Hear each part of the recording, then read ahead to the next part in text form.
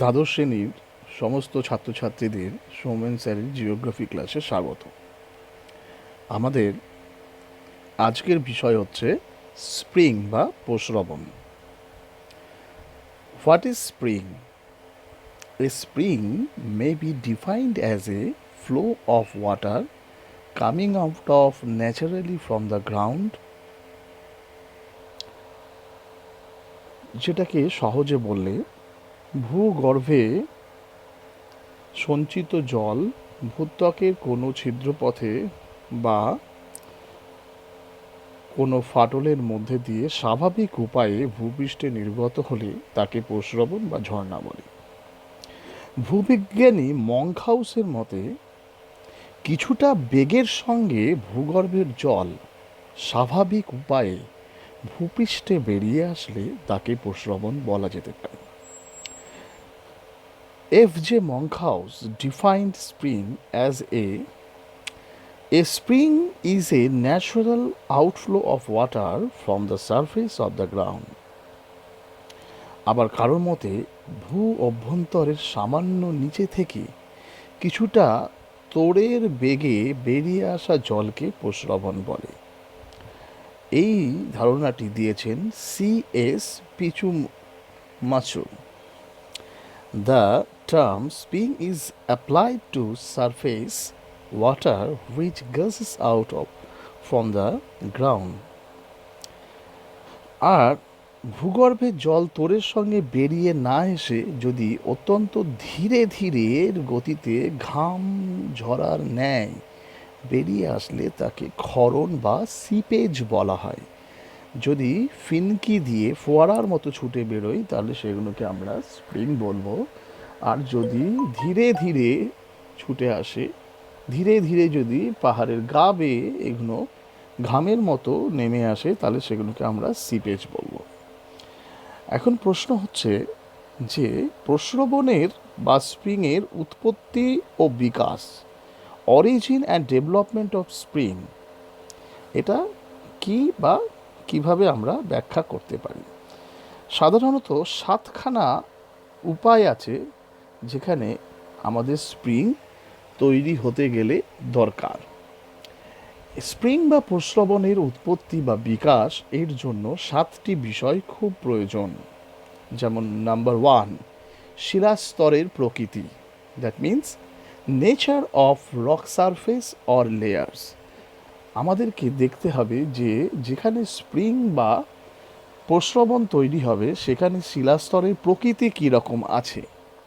রকটি igneous rock, রকটি porous rock, রকটি imporous rock, বা রক্সের ওপরে গ্রাউন্ড ওয়াটার স্টে করে আছে কি নেই সেই ধারণা যদি না থাকে তাহলে আমরা সেখানে স্প্রিং হবে কি হবে না সেটা বুঝতে পারবো না। এই জন্য আমাদের প্রথমে জরুরি দরকার হচ্ছে স্প্রিং জানতে গেলে শিলাস্তরের প্রকৃতি বা নেচার অফ রক্স সম্পর্কে ধারণা নিতে হবে।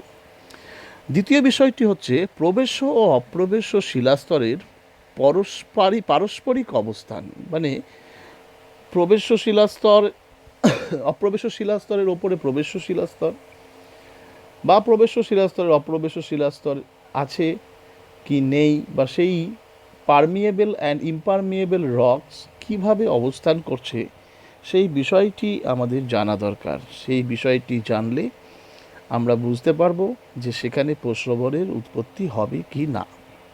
নাম্বার 3, শিলাস্তরের রন্ধ্রতা, চ্যুতি ও দারণের অবস্থান ও তার পরিমাণ, location of faults, scarps and permeability of rock layers. That means একটি রক্সের মধ্যে জল স্টোর হতে গেলে সেই রক্সটিকে পারমিয়েবল হতে হবে, যেখানে ওপরে গ্রাউন্ড সারফেস থেকে নিচের দিকে গ্রাউন্ড ওয়াটার লেভেলের মধ্যে জল এসে জমা হতে পারবে, এবং তার নিচে ইমপারমিয়েবল রক্সের লেয়ার থাকতে হবে, তবেই সেখানে গ্রাউন্ড ওয়াটার স্টোর হবে। এবং গ্রাউন্ড ওয়াটার স্টোর হলে সেই গ্রাউন্ড ওয়াটারটা যদি কোনো জায়গায় ফল্ট থেকে বেরিয়ে আসতে পারে তাহলেই সেখানে স্প্রিং তৈরি হওয়া সম্ভব। সেই জন্য আমাদের খেয়াল রাখতে হবে যে রক্সের মধ্যে আমাদের পোরোসিটি কীরকম আছে বা কতটা আছে, পোরোসিটি আছে কি নেই, সেখানে কোনো স্ক্র্যাপ বা ফাটল বা ফল্ট ক্রিয়েশন হয়েছে কি না, সেখানে কোনো রকমভাবে ম্যাগমা ঢুকে সেই জায়গাটাতে কোনো ফল্ট তৈরি করেছে কি না, that means sill and dyke আছে কি না, সেই সমস্ত দিকে আমরা যদি নজর রাখি তাহলে আমরা বুঝতে পারবো সেখানে স্প্রিংয়ের ফর্মেশন হবে কি না। এছাড়া স্প্রিংয়ের ফর্মেশনের জন্য আরেকটি জরুরি বিষয় হচ্ছে ভূমির ঢাল বা স্লোপ অফ দ্য গ্রাউন্ড, মানে ভূমির ঢাল কীরকম সেটি না জানলে আমরা সেখানে বুঝতে পারবো না স্প্রিংয়ের ফর্মেশন হবে কি না। যদি ভূমি ঢাল থাকে, ভূমি যদি বেশি ঢালু হয়, তাহলে সেখানে স্প্রিংয়ের ফর্মেশন, সেখানে ফল্ট ক্রিয়েশন হলে স্প্রিংয়ের ফর্মেশন হওয়া খুবই সম্ভব।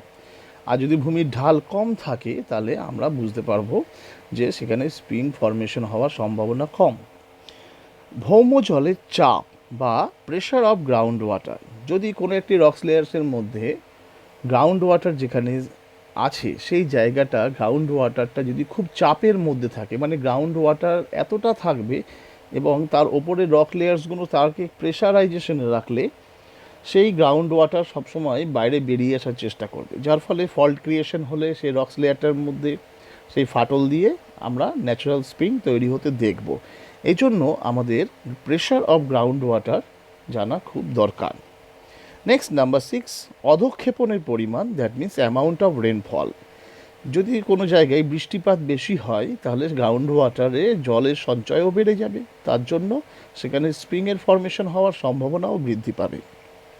নেক্সট নাম্বার 7, শিলাস্তরের গভীরতা। যদি শিলাস্তরের গভীরতা মানে হচ্ছে ডেপথ অফ রক লেয়ার্স, যদি রক লেয়ার্সের ডেপথ বেশি থাকে তাহলে আমরা সেখানে বুঝতে পারবো যে গ্রাউন্ড ওয়াটারের সঞ্চয় বা গ্রাউন্ড ওয়াটার লেয়ার অনেকটা চওড়া হওয়া সম্ভব, এবং সেখান থেকে আমরা গ্রাউন্ড ওয়াটারের প্রেশারও বেশি পাবো, যার ফলে স্প্রিংয়ের ফর্মেশনটাও আমাদের বেশি করে সম্ভব। এছাড়া নেক্সট আমাদের বিষয় হচ্ছে যে প্রস্রবণ রেখা কি আমাদের জানতে হবে। What is spring line? Spring line কাকে বলে? সবসময় মনে রাখতে হবে যে প্রস্রবণগুলি সাধারণত বিক্ষিপ্তভাবে অবস্থান করতে আমরা দেখি, কিন্তু অনেক সময় দেখা যায় একটি বিশেষ রেখা বা ফাটল বরাবর অনেকগুলি প্রস্রবণ অবস্থান করে, আর এই বিশেষ রেখাটিকে, যে রেখার ওপরে অনেকগুলি প্রস্রবণ বা স্প্রিং পরপর থাকে, সেটাকে আমরা প্রস্রবণ রেখা বা স্প্রিং লাইন বলবো। মানে স্প্রিং লাইন হচ্ছে এমন একটি লাইন যেখানে পরপর অনেকগুলি স্প্রিং তৈরি হবে। যেমন এটাকে এক্সাম্পল দেওয়া যেতে পারে, ইউএসএ বা মার্কিন যুক্তরাষ্ট্রের অ্যাপালিচিয়ান পর্বতের পূর্বাংশে বা ইস্টার্ন সাইডে একটি ফল্ট লাইন আছে, সেই ফল্ট লাইনে আমরা পরপর স্প্রিংয়ের ফর্মেশন হতে দেখতে পাচ্ছি। এছাড়া পারস্য উপসাগর বা পার্সিয়ান গালফের ওয়েস্টার্ন কোস্টাল পোর্শনে আমরা এরকম স্প্রিং লাইন দেখতে পাবো। আচ্ছা, ভারতবর্ষের কোথায় এই স্প্রিং লাইন দেখা যায় বা প্রস্রবণ রেখা দেখা যায়? ভারতে প্রধানত 3টি অঞ্চলে এই প্রস্রবণ রেখা দেখা যায়। একটা হচ্ছে উত্তরাঞ্চলের কুমায়ুন হিমালয়ের পাদদেশ অঞ্চলে, কুমায়ুন হিমালয়ান রিজিয়ানের ফুটহিল রিজিয়ানে আমরা এই ধরনের স্প্রিং লাইন দেখতে পাবো। নাম্বার 2, মহারাষ্ট্রের পশ্চিমঘাট পর্বতের পশ্চিমাংশের কোঙ্কণ উপকূলে আমরা এরকম স্প্রিং লাইন দেখতে পাবো। That means the western portion of western Ghat mountain range in Maharashtra at Konkan coastal region. Number 3, ঝাড়খণ্ডের ছোটনাগপুর মালভূমির নাইস শিলা বা নিস, যেটাকে আমরা বলি নিস শিলা গঠিত নিম্ন পাহাড়ে প্রস্রবণ রেখা দেখা যায়। আমরা ঝাড়খণ্ডের ছোটনাগপুর প্লেটুতে নিস শিলা গঠিত অঞ্চলগুলিতে বা ছোট ছোট পাহাড়গুলিতে আমরা এর প্রস্রবণ লাইন দেখতে পাবো। নেক্সট বিষয় হচ্ছে আমাদের classification of spring, that means প্রস্রবণের শ্রেণী বিভাগ, টাইপস অফ স্প্রিংও বলতে পারো, ক্লাসিফিকেশন অফ স্প্রিং বলতে পারো, বা প্রস্রবণের শ্রেণী বিভাগ কি আমরা আলোচনা করতে পারি। বিভিন্ন দিক বিচার করে প্রস্রবণকে আমরা কতগুলো ভাগে ভাগ করে দিতে পারি। যেমন নাম্বার A, স্থায়িত্ব অনুসারে শ্রেণী বিভাগ করতে পারি। স্থায়িত্ব মানে হচ্ছে স্টেবিলিটি, প্রস্রবণটি কতক্ষণ পার্মানেন্ট না ইন্টারমিটেন্ট, বা সেখানে প্রস্রবণ থেকে অনবরত জল বেরোয় না জল থেমে থেমে বেরোয়, সেই অনুযায়ী আমরা প্রস্রবণকে দুটো ভাগে ভাগ করে দিতে পারি। ঠিক আছে, একটি হচ্ছে পার্মানেন্ট স্প্রিং, দ্যাট মিন্স যে সমস্ত প্রস্রবণ থেকে জল সারা বছর ধরে নির্গত হয়ে যাচ্ছে অবিরাম গতিতে, সেগুলোকে আমরা পার্মানেন্ট স্প্রিং বা অবিরাম প্রস্রবণ বলতে পারি। এখানে সম্পৃক্ত স্তর বেশি বিস্তৃত থাকে বলে এইরকম ধরনের সম্পৃক্ত স্তর মানে হচ্ছে ফ্রিয়েটিক লেয়ার, যেখানে জল গ্রাউন্ড ওয়াটার আমাদের সবসময় অ্যাভেলেবেল, সেই ফ্রিয়েটিক লেয়ার বেশি স্থায়ী, বেশি বিস্তৃত, বেশি দূর পর্যন্ত যদি থাকে, তাহলে আমরা সেখানে এই ধরনের পার্মানেন্ট স্প্রিং দেখতে পাবো। কোথায় দেখা যায়? আমাদের Sonamura spring region, Sonamura spring কোথায় পাচ্ছি? এটা সোন রিভারের যে অরিজিন, দ্যাট মিন্স অমরকন্টক মাউন্টেনিয়াস রিজিয়নে আমরা সোনামুড়া প্রস্রবণ দেখতে পাবো। এটা হচ্ছে একটি পার্মানেন্ট স্প্রিং, খেয়াল রাখবে। নেক্সট হচ্ছে ইন্টারমিটেন্ট স্প্রিং। ইন্টারমিটেন্ট স্প্রিং মানে হচ্ছে সবিরাম প্রস্রবণ, মানে যেটা মাঝে মাঝে সারা বছর নির্গত না হয়ে মাঝে মাঝে থেমে থেমে বছরের কিছু কিছু সময়ে এই স্প্রিং থেকে জল বেরিয়ে আসে। কতগুলি প্রস্রবণ আছে, হ্যাঁ, যেগুলি থেকে সারা বছর জল নির্গত না হয়ে কেবল বর্ষাকালে নির্গত হয় এবং শুষ্ক ঋতুতে বন্ধ হয়ে যায়, যেমন শীতকাল গ্রীষ্মকালে জল বন্ধ হয়ে যায়। তাদেরকে আমরা সবিরাম বা ইন্টারমিটেন্ট স্প্রিং বলি। যেমন ঝাড়খণ্ডের লুপুংগুটু প্রস্রবণ, মনে রাখবে, ঝাড়খণ্ডের লুপুংগুটু প্রস্রবণ। নেক্সট টাইপস কি? নাম্বার বি আমরা কিভাবে ভাগ করতে পারি? উষ্ণতার বিচারে প্রস্রবণের শ্রেণী বিভাগ, মানে প্রস্রবণকে ক্লাসিফাইড করব on the basis of temperature, classification of spring on the basis of টেম্পারেচারে আমরা স্প্রিংকে জেনারেলি তিনটে ভাগে ভাগ করে দিতে পারি। একটা হচ্ছে স্বাভাবিক বা শীতল প্রস্রবণ, স্বাভাবিক মানে ন্যাচারাল, বা কোল্ড স্প্রিং, যেখান থেকে ঠান্ডা জল বেরোয়। মানে কি বলা যেতে পারে? যে প্রস্রবণগুলি থেকে ভূপৃষ্ঠের জল অপেক্ষা কম উষ্ণতার জল নির্গত হয়, যে প্রস্রবণগুলি থেকে অপেক্ষাকৃত কম উষ্ণতার জল বেরিয়ে আসছে, সেগুলোকে আমরা বলছি তোমার শীতল প্রস্রবণ, মানে কোল্ড স্প্রিং, মানে যেখানকার জলের টেম্পারেচার কম, জেনারেলি 4 ডিগ্রি সেন্টিগ্রেডের কাছাকাছি থাকছে, হ্যাঁ, সেটাকে আমরা বলছি শীতল প্রস্রবণ। বিশ্বের অধিকাংশ প্রস্রবণই হচ্ছে এই ধরনের প্রস্রবণ। আমরা কোথায় পাচ্ছি? দেরাদুনের রাজপুর অঞ্চলে সহস্রধারা এবং মুসৌরিতে এই ধরনের কোল্ড স্প্রিং দেখতে পাচ্ছি। এর মধ্যে নাম্বার 2 ভাগ হচ্ছে উষ্ণ প্রস্রবণ বা হট স্প্রিং। উষ্ণ প্রস্রবণ বা হট স্প্রিং কি?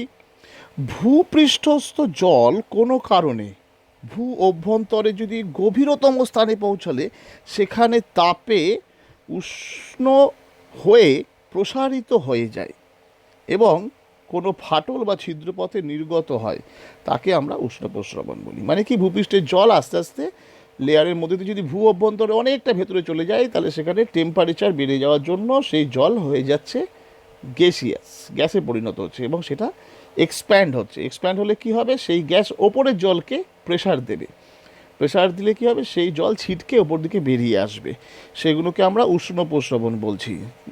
সাধারণত 5 ডিগ্রি সি এর বেশি টেম্পারেচার যদি থাকে জলে, সেগুলোকে আমরা হট স্প্রিং বলবো। ভারতে কোথায় পাচ্ছি আমরা এরকম হট স্প্রিং?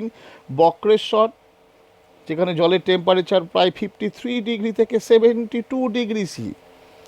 ঝাড়খণ্ডের রাজগীরে পাচ্ছি, হিমাচল প্রদেশের সিমলার নিকট তাতাপানিতে পাচ্ছি, মণিকরণে পাচ্ছি এই ধরনের হট স্প্রিং। এবারে আমরা জানবো নাম্বার 3, গিজার। 3টে ভাগ বলেছিলাম টেম্পারেচারের বেসিসে, একটা হচ্ছে cold spring, second hot spring, next হচ্ছে গিজার। গিজারের ফরমেশনটা তোমাদের জেনে রাখতে হবে। গিজার কি আগে বলি। যেসব উষ্ণ প্রস্রবণ জল ও বাষ্প নিয়মিতভাবে কয়েক মিনিট বা কয়েক ঘন্টা অন্তর উঁচু পর্যন্ত স্তম্ভাকারে সশব্দে প্রবল বেগে ঊর্ধ্বে উৎক্ষিপ্ত হয়, তাকে গিজার বলে। মানে জল যখন মাটি থেকে বেরিয়ে আসবে একটা পিলারের মতো ওপর দিকে ছুটে যাবে, যেমন ফোয়ারা দেখেছি আমরা, সেই ফোয়ারার মতো ওপর দিকে ছিটকে বেরিয়ে যাবে, সেই ধরনের, হ্যাঁ, জল এবং গ্যাস দুটোই বেরিয়ে আসবে ওখান থেকে। সেই ধরনের স্প্রিংগুলোকে আমরা বলছি গিজার। গিজার সাধারণত নবীন আগ্নেয়গিরি অঞ্চল, মানে যেখানে নিউ নিউ ভলক্যানিক রিজিয়নে বা নতুন ভলক্যানিক মাউন্টেন ফর্মেশন হয়েছে, হ্যাঁ, বা নিউ ভলক্যানিক মাউন্টেন রিজিয়নে আমরা এই গিজার দেখতে পাই বেশি মাত্রায়। গিজার একটি আইরিশ শব্দ, যার অর্থ হচ্ছে রোর বা গর্জন করা। হ্যাঁ, আমরা মার্কিন যুক্তরাষ্ট্রের ইয়েলোস্টোন ন্যাশনাল পার্কে ওল্ড ফেথফুল নামে একটি বিখ্যাত, পৃথিবী বিখ্যাত গিজার দেখতে পাই। কি মনে রাখবে? ইয়েলোস্টোন পার্কের ওল্ড ফেথফুল। এটি প্রায় 1 ঘন্টা অন্তর 60 মিটার ওপরে জলীয় বাষ্প সহ প্রচুর গ্যাস বার করে নিয়ে আসে। মনে থাকবে তিনটে, একটি হচ্ছে তোমার কোল্ড স্প্রিং, হট স্প্রিং আর গিজার। বোঝা গেল? নেক্সট গ্রুপ আমরা কিভাবে ভাগ করতে পারি? জলের উপাদান অনুসারে প্রশ্রবণকে ভাগ করা যায়। মানে হচ্ছে জলের উপাদান মানে হচ্ছে জলের মধ্যে কি আছে, content, on the basis of content of water. আমরা জলের মধ্যে থাকা বিভিন্ন রকমের জিনিস বা পদার্থ বা কন্টেন্ট এর ওপরে নির্ভর করে আমরা আবার স্প্রিংকে ভাগ করতে পারি সাধারণত দুটি ভাগে। একটা হচ্ছে ফ্রেশ ওয়াটার স্প্রিং, যে সমস্ত প্রশ্রবণের জলে দ্রাব্য খনিজ পদার্থের পরিমাণ লিটার প্রতি 1 গ্রাম বা তার কম থাকে, মানে মিনারেলস যেগুলো থাকে সেগুলো 1 লিটারে লিটার প্রতি 1 গ্রাম থাকবে মিনারেলস, সেগুলোকে আমরা বলছি স্বাদু জলের প্রশ্রবণ বা ফ্রেশ ওয়াটার স্প্রিং।